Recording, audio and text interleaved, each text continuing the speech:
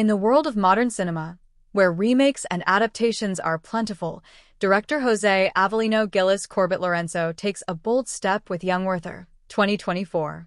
This contemporary reimagining of Goethe's classic novel dares to ask, what happens when you take an 18th-century tale of love, despair, and longing and place it in the chaotic, unpredictable modern age?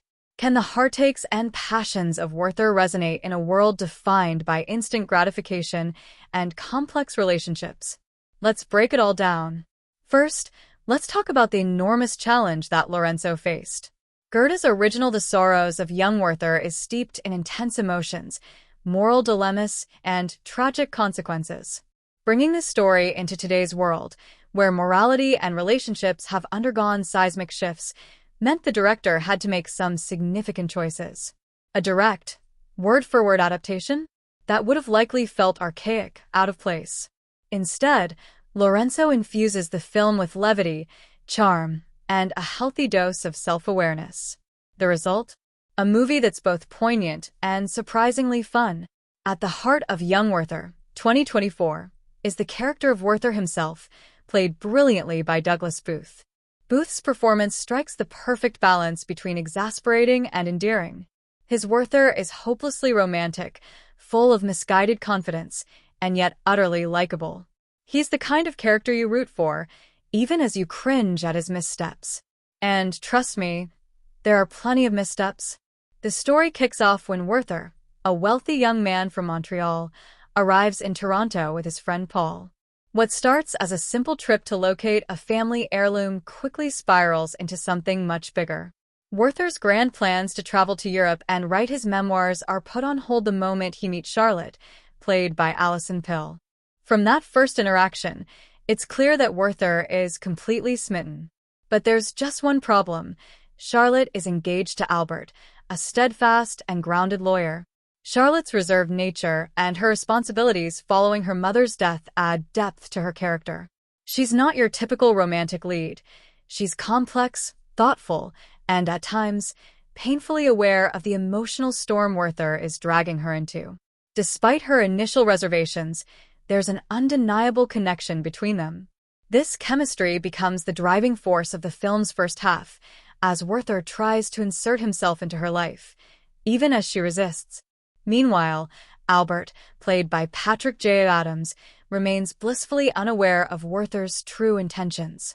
Werther's strategy? Befriend Charlotte and Albert, all while harboring hopes of turning this friendship into something more romantic. It's a recipe for disaster. And yet, Booth's portrayal makes it oddly entertaining to watch Werther stumble through this impossible situation. Things take a turn when Sissy, Charlotte's younger sister, discovers a video that hints at Werther and Charlotte's flirtation. This moment marks a shift in the narrative, as Charlotte decides to draw a line in the sand. She cuts off contact, leaving Werther to grapple with his feelings and the reality of her engagement. But if you think this is where Werther gives up, think again. Desperate to remain close to Charlotte, Werther seeks a position at his uncle's law firm. But his efforts to rebuild his life don't go as planned. At a high-profile lawyer's gala, his attempts to make a grand gesture backfire spectacularly, leading to public humiliation and professional setbacks.